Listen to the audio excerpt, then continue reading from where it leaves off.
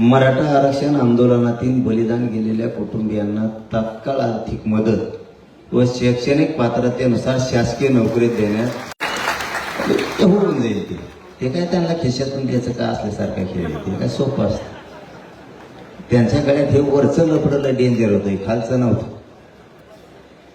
आणि नोकरीचं राज्य परिवहन मंडळात म्हणणं आहे. आमचं म्हणणं आहे थोडं इथं बदल केला तर बरं होईल एवढ्या वेळेस. का एखादा पोरगा जर खूप शिकलेला असला राजेसाहेब, ते इष्टेचं ड्रायव्हर नाही होत. शैक्षणिक पात्रतेनुसार जर सरकारी नोकरी दिली तर असून पोरं असतील की तिथे 50-50. आणि त्या लेकराचं बाप गेला, आईचं कोंपाळाचं कुंकू पुसलं, सासरी सांभाळायचे आहेत, कोणी आधार देत नाही, कुटुंब उघड्यावर पडलं, कसं कमावं. मला वाटतं ते केलं तर बरं राहील. नसतं हे व्हायला द्या लवकर. हा MIDC ला त्या शासकीय अधिकारी महावितरणमध्ये करा. परत तुम्ही MIDCचं चांगलं आहे.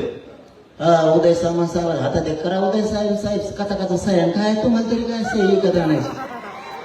त्याला सोपं आहे. तिथं बिचारे गोरगरीब MIDC जवळ असतात. माऊलीला राजेसाहेब नाही जातात इष्टीने इकडे तिकडे.